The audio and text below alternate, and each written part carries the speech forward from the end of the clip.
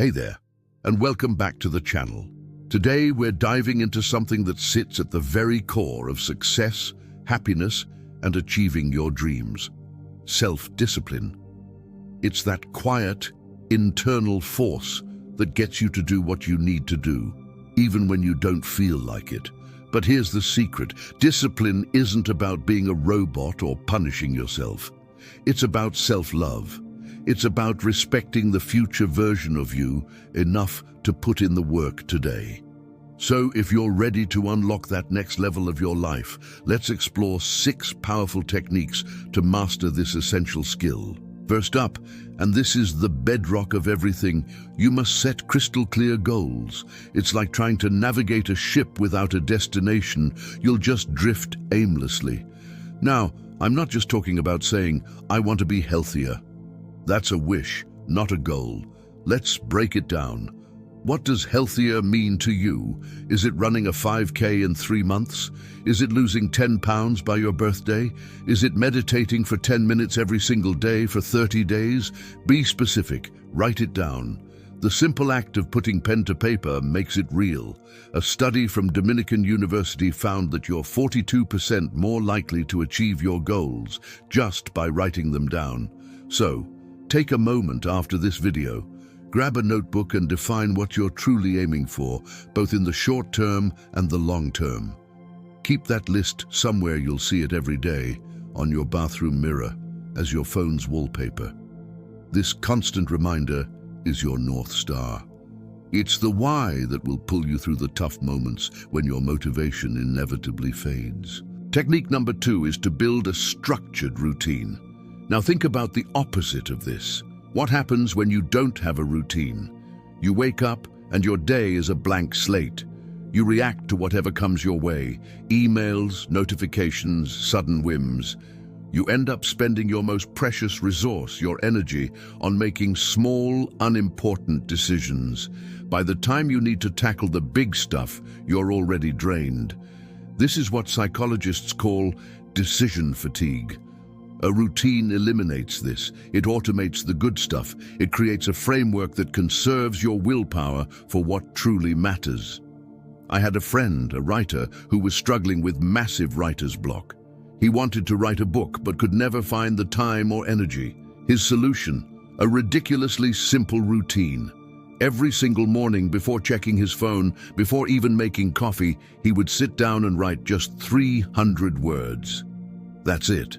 At first, it felt insignificant, but after a few weeks, it became automatic.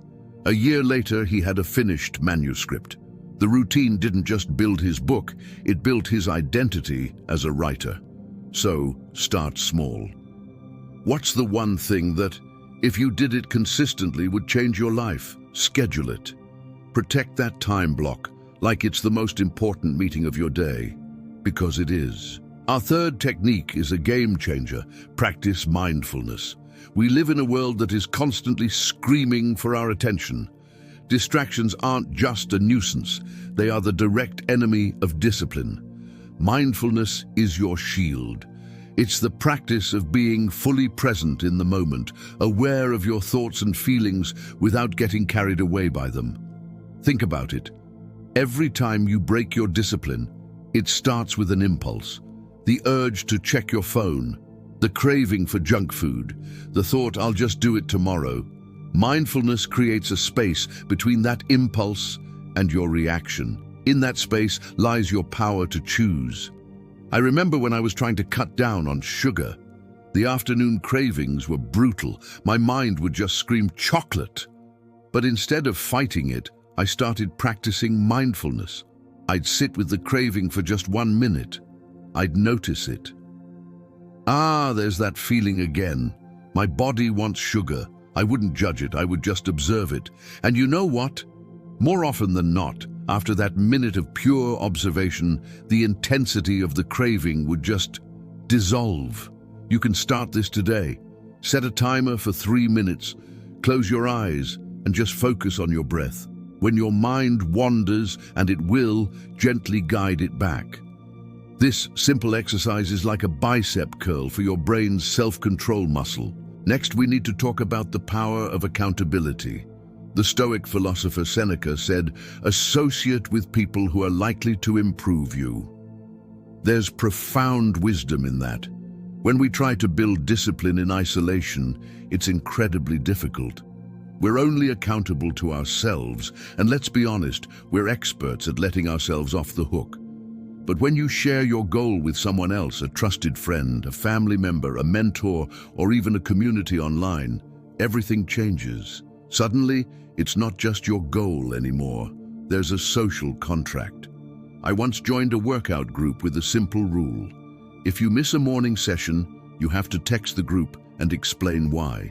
Nobody wanted to be the one sending that "I was too lazy" text. That simple layer of accountability got me out of bed on so many cold, dark mornings when I otherwise would have hit snooze.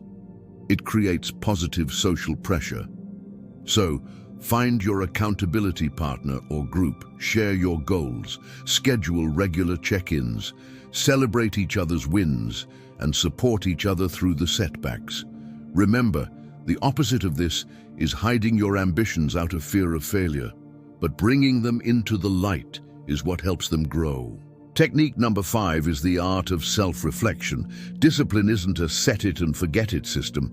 It's a dynamic process of learning and adjusting. Without reflection, you're just blindly following a plan, unaware if it's even working. What happens if you skip this step? You might keep making the same mistakes over and over, getting frustrated, and eventually giving up, believing, "I'm just not a disciplined person." That's a myth. Discipline is a skill, and reflection is how you sharpen it. I recommend setting aside just 15 minutes at the end of each week for a weekly review. Ask yourself 3 simple questions. 1. What went well this week? Celebrate that. 2. What didn't go so well? Be honest, but not critical. And 3.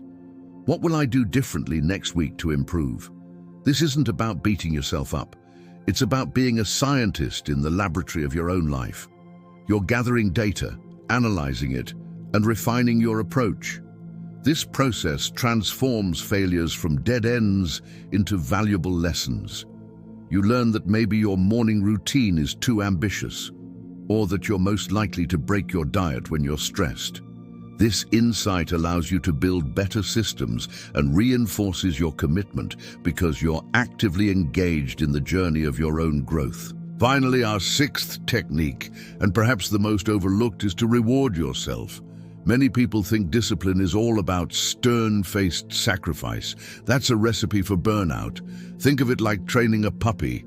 You don't just scold it for chewing the furniture. You give it a treat when it follows a command. Positive reinforcement is a powerful driver of behavior. We are wired to seek pleasure and avoid pain. If your discipline journey is all pain, your brain will eventually rebel. The key is to tie rewards directly to your process, not just the outcome. Don't wait until you've lost all 20 pounds to celebrate. Set smaller milestones. Maybe after a full week of sticking to your workout plan, you treat yourself to a movie night. Or after finishing a difficult project, you allow yourself an hour to play your favorite video game, guilt-free. The important thing is that the reward doesn't contradict your goal. Don't reward a week of healthy eating with a massive pizza binge. The reward should make the journey enjoyable and reinforce the new identity you're building. It tells your brain, "Hey, this discipline thing, it feels good." It makes the entire process sustainable for the long haul. So there you have it, 6 actionable techniques to build the life-changing skill of self-discipline. From setting clear goals and building routines to practicing mindfulness, embracing accountability, reflecting on your progress, and rewarding your efforts. Remember the words of the great Aristotle, "We are what we repeatedly do." Excellence, then, is not an act, but a habit. You have the power to build the habits that will create the life you've always imagined. Thank you so much for joining me today. If you found this helpful, it would mean the world to me if you hit that thumbs up button and subscribe for more content on building a stronger, more intentional life. I'd love to hear from you in the comments. Which of these techniques are you going to try first? Until next time, stay focused, stay consistent, and keep building that better version of you.